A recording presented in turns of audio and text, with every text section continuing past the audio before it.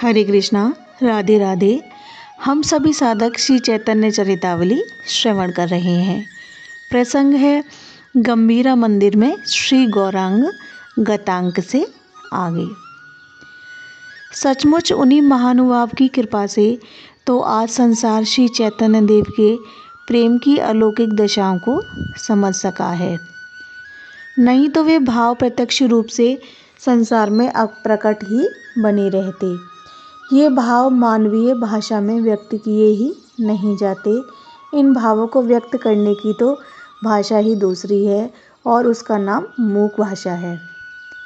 कोई परम रस मर्मज्ञ लोकातीत भाव वाला पुरुष यत् किंचित उसका वर्णन कर सकता है। इसलिए स्वरूप दामोदर जी ने संसार के ऊपर उपकार करके उसका थोड़ा बहुत वर्णन किया है। वास्तव में चैतन्य के भावों को वे ही ठीक ठाक वर्णन कर भी सकते थे। उस समय प्रभु सदा शरीर ज्ञान शून्य से बने रहते। उनके अंतरंग भक्त ही उनके शरीर की देखरेख और सेवा शुश्रूषा करते थे। उनमें गोविंद, जगदानंद, रघुनाथ दास, स्वरूप दामोदर और राय रामानंद जी ये ही मुख्य थे। स्वरूप गोस्वामी जो कुछ लिखते थे उसे रघुनाथ दास जी कंठस्थ करते जाते थे। इस प्रकार स्वरूप दामोदर जी का कचड़ा रघुनाथ दास जी के गले का सर्वोत्तम हार बन गया। महाप्रभु और स्वरूप दामोदर जी के तिरोभाव के अनंतर रघुनाथ दास जी पुरी छोड़कर श्री वृंदावन को चले गए और वहीं एकांत में वास करने लगे। श्री चैतन्य चरितामृत के लेखक गोस्वामी कृष्णदास कविराज उनके परम प्रिय शिष्य थे। इसलिए स्वरूप गोस्वामी का कचड़ा उनसे कविराज जी को प्राप्त हुआ। कविराज महाशय ने उसी कचड़ा के आधार पर अपने परम प्रसिद्ध श्री चैतन्य चरितामृत नामक ग्रंथ के अंतिम 7 अध्याय लिखे हैं। इसलिए अब स्वरूप दामोदर जी का कचड़ा नामक कोई अलग ग्रंथ तो मिलता नहीं। इन 7 अध्यायों को ही उसका सार समझना चाहिए। उन महापुरुष ने उस अलौकिक दिव्य ग्रंथ का जनता में क्यों नहीं प्रचार और प्रसार होने दिया, इसे तो वे ही जाने। हम पामर प्राणी भला इस संबंध में क्या समझ सकते हैं। संसार को उन्होंने इस इतने अधिक दिव्य रस का अनाधिकारी समझा होगा। प्राय देखने में भी आता है कि महापुरुष अपना संपूर्ण प्रेम किसी पर प्रकट नहीं करते। यदि दुर्बल जीव पर वे अपना अमोघ प्रेम एक साथ ही प्रकट कर दें तो उसका हृदय फट जाए। साधारण लोग महापुरुषों के प्रेम को सहन नहीं कर सकते। इसलिए महापुरुष धीरे धीरे पात्र जितने जितने प्रेम का अधिकारी बनता जाता है उतना प्रेम उसके प्रति प्रदर्शित करते हैं, क्योंकि वे प्रेम की अमोघ शक्ति से पूर्ण रीत्या परिचित होते हैं। गोस्वामी कृष्णदास कविराज कवि हृदय के प्रेम मर्मज्ञ और उच्च कोटि के रस मर्मज्ञ थे। उन्होंने अपने बंगला भाषा के प्यार नामक छंदों में जिस खूबी के साथ महाप्रभु के इस अंतिम भावों का वर्णन किया है उसे पढ़कर ऐसा कौन सा हृदय रसिक पुरुष होगा जो बिना रोए एक भी प्यार को पढ़ सके। उस अमर कवि की लेखनी से प्रेम का जैसा सजीव, सुंदर और बोलता चलता वर्णन हुआ है वैसा वर्णन अन्य साधारण कवियों की लेखनी से होना एकदम असंभव है।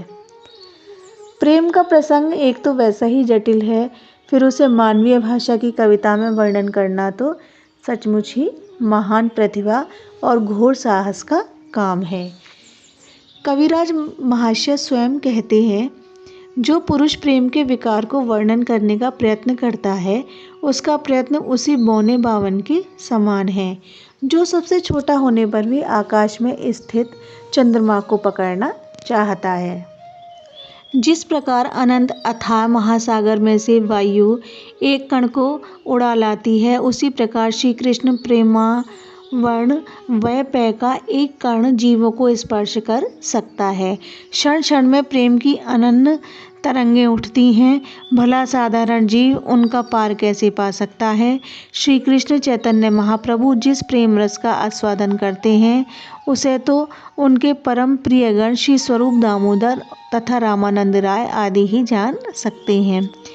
ऐसा वर्णन उन्होंने अपने को भी प्रेम तत्व के वर्णन करने का अनाधिकारी साबित कर दिया है और आप उसी का समर्थन करते हुए स्पष्ट स्वीकार भी करते हैं।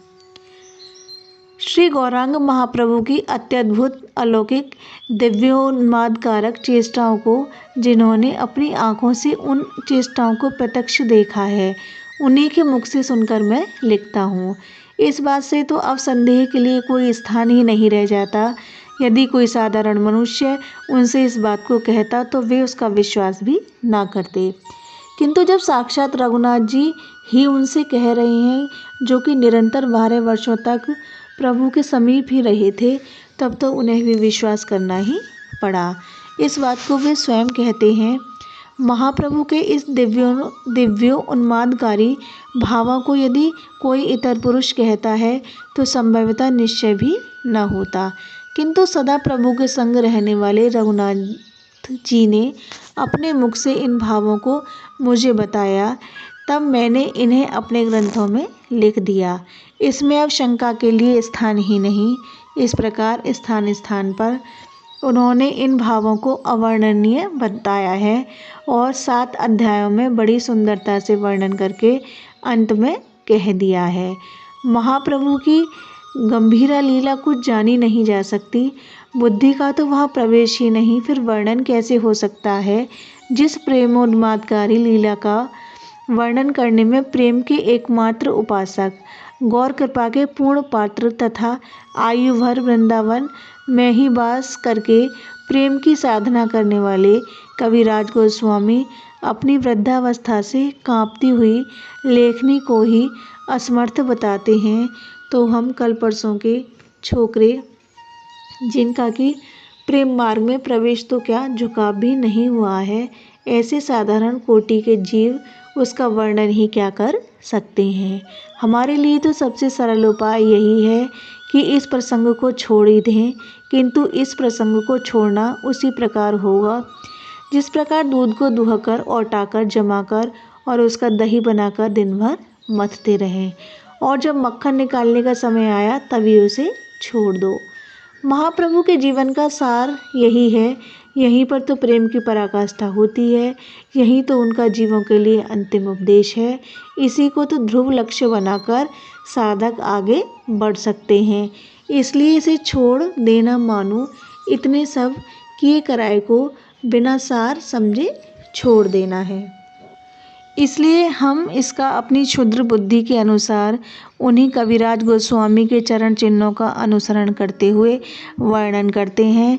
अन्य स्थानों में तो हमने अपनी स्वाभाविक स्वतंत्रता से काम किया है, किंतु इस विषय में हम जहाँ तक हो सकेगा इन्हीं पूर्व पुरुषों की प्रणाली का ही अनुकरण करेंगे।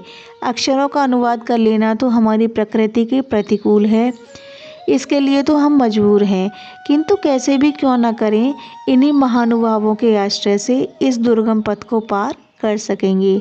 इसलिए श्री चैतन्य देव के दिव्य उन्माद के वर्णन करने के पूर्व अति संक्षेप में हम पाठकों को यह बता देना आवश्यक समझते हैं कि ये प्रेम के भाव, महाभाव तथा विरह की दशा कितनी होती है और इसका वास्तविक स्वरूप क्या है।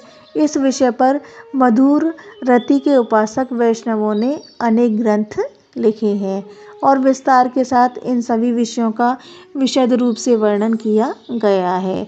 उन सबको यहाँ बताने के लिए ना तो इतना स्थान ही है और ना हम में इतनी योग्यता ही है। हम तो विषय को समझने के लिए बहुत ही संक्षेप में इन बातों का दिग्दर्शन करा देना चाहते हैं, जिससे पाठकों को महाप्रभु की प्रेमो उन्मादकारी दशा को समझने में सुगमता हो। वैसे इन दशाओं को समझकर कोई प्रेमी थोड़े ही बन सकता है। जिसके हृदय में प्रेम उत्पन्न होता है उसकी दशा अपने आप ही ऐसी हो जाती है। पिंगल पढ़कर कोई कवि नहीं बन सकता। स्वाभाविक कवि की कविता अपने आप ही पिंगल के अनुसार बन जाती है। इसलिए इन बातों का वर्णन प्रेम प्राप्त करने के निमित्त नहीं, किंतु प्रेम की दशा समझने के लिए करते हैं। यह प्रसंग अब यही विश्राम लेता है। हरे कृष्णा, राधे राधे।